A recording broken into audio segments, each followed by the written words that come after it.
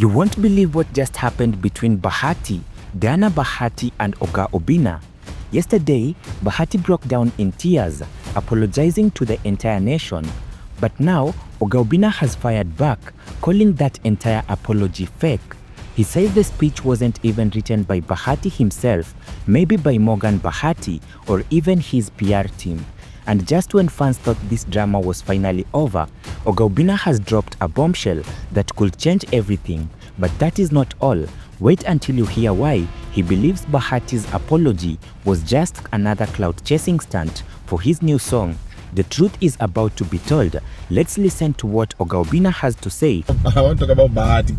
So a lot has been happening the last few days in my life. So I've not been on the digital space sana nikiangalia nini nafanyika nini. So we can talk about it. But sasa jana jioni, I think it's now when I saw Bahati's video. There you go. I saw Bahati's video ya ile apology. So nimeona hiyo nyingine kwa gari. He said some valid points kwa hiyo ya gari pia as well. But Bahati ni Bahati tu. Sasa ategemea Bahati yake tuende kutakuaje. And also I'm gonna be with Bahati in Lodwa on, I think it's on the 7th. And we're going to Sport and Sport Lounge. So at Lodwa Tonoko. Anywho, this is what I want to say. So Bahati's apology, I was listening to it. First of all, the first, I think 2 paragraphs or first paragraph. I'm like, okay, first of all, Bahati, you had to read that? Like, you really had to read that. Like, come on, man. So I'm like, no, you what cram to Okay. However, what really stood out in the whole apology was something for me. Bahati called us fam. Fam. F-A-M. Fam. What's up, fam? You know, fam. Hey, fam, you know. Fam. Fam. Bahati fam.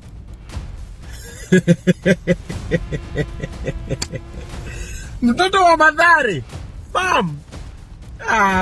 Bwana rudia wanyalalika hiyo speech bwana, andika hiyo speech tena. Waheshimiwa, before mtu some speech, make sure that your speech writer understands you, understand where you come from, what you symbolize, what you identify with. So when they write your speech, it sounds like you. But I'll do the fam. Fam. Okay, while I do fam si shamba, family is short for my family. But ni lingo, it is a lingo that is used by my cool kids. Unaona? Mimi hata mimi mwenyewe siwezi tumia fam. Mimi si cool kid. Maybe my kids might, if I work hard enough, they might be using the word fam, you know fam, you know what up dog, you know nini. Hizo vitu. Wala so wame travel, wamesoma wa group of schools nini. Hata tumia fam. Morgan alikwanga group of schools, ndio? Morgan, wacha kuandikia baba yako. Morgan, stop writing apology conversations for your dad.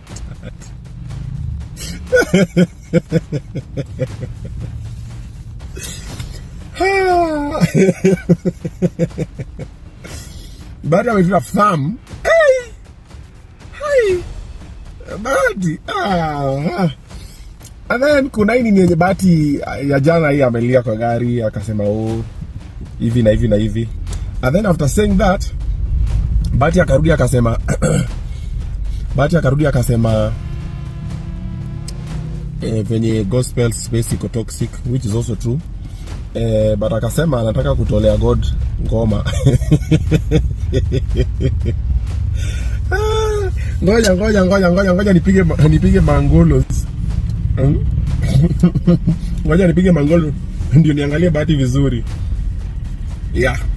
So Bahati akasema ati anataka kutolea tu God ngoma moja ya gospel, si ati anaokoka kama nini ama anarudi gospel, but anatolea God ngoma. Bahati. Are you sure Are you sure that song is for God? Are you sure God knows? No, but God knows, Bahati. Uko sure ni Mungu anatolea ngoma ni yako. That was something. I looked at it, I was like, me personally, I was identifying with the whole story of him saying about how he's been bullied and whatever with the guys, because I know what that space is. Atila akasema anatolea God ngoma. Wampoto. I'm gonna see you guys in Turkana, man. Wacha nikuje na mtoto wa Diana na tukuje na Diana. Unajua sijui niseme ama nisiseme, but okay, let me just say it. Musishtuke mukipata maji Diana anaoganga nayo. Maji anapikanga nayo Kavagara. Na nakula. Oh my God. Lakini Bahati wewe. Love mua. Love. Love can make you do some crazy things. Love mua.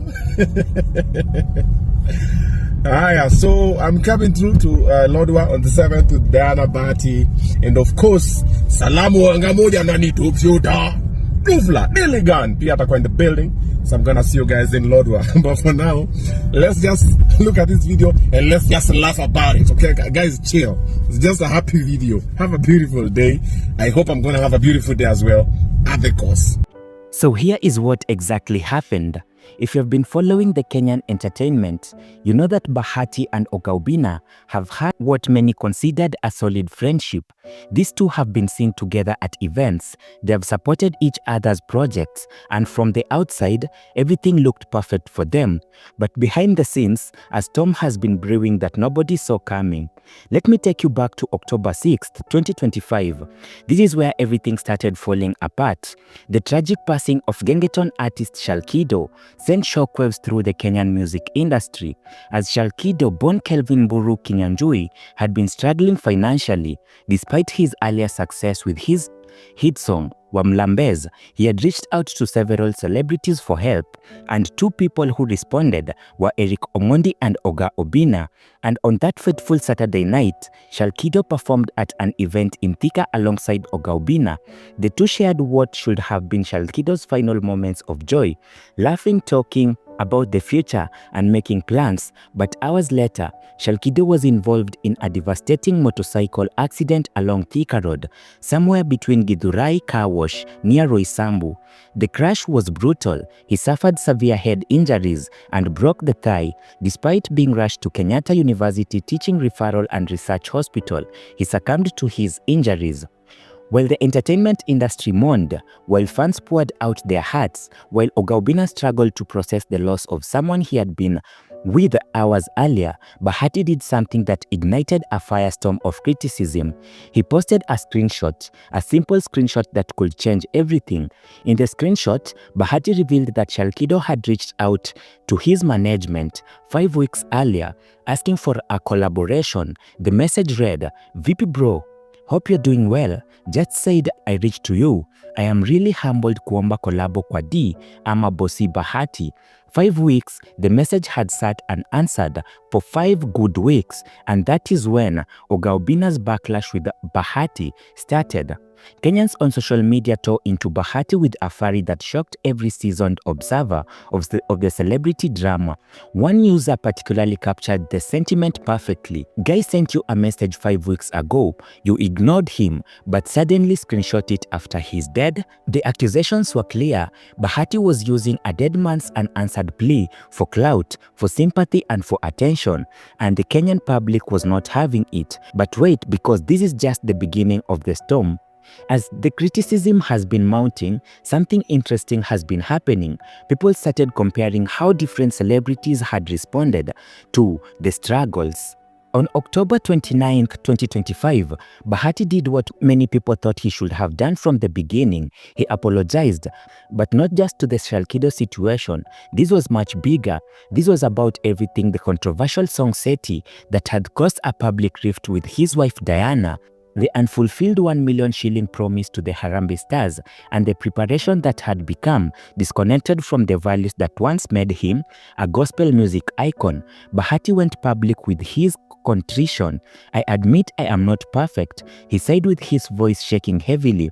He expressed regret and disappointment. His fans, his partners, and the Christian community that had supported him from the beginning Obinna, who had been at the center of Shalkido's tragedy, who had watched his friend die, after spending joyful hours together, who had been defending himself against wild conspiracy theories, was watching Bahati's apology with a very critical eye, and what Oga Obinna noticed has changed everything. But before I tell you what Obinna saw, let me tell you why this matters so much, because Oga Obinna and Bahati were not just casual acquaintances.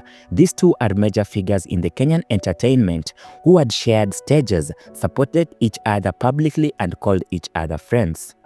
And then came the moment that everyone is talking about. Oga Obinna has responded to Bahati's apology.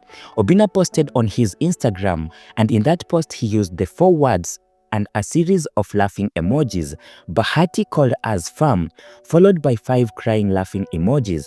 Now, on the surface, that might seem very simple, just 4 words, but if you understand the Kenyan culture, if you understand the dynamics of respect and authenticity in East Africa's social relationship, you know that those 4 words were absolutely very devastating.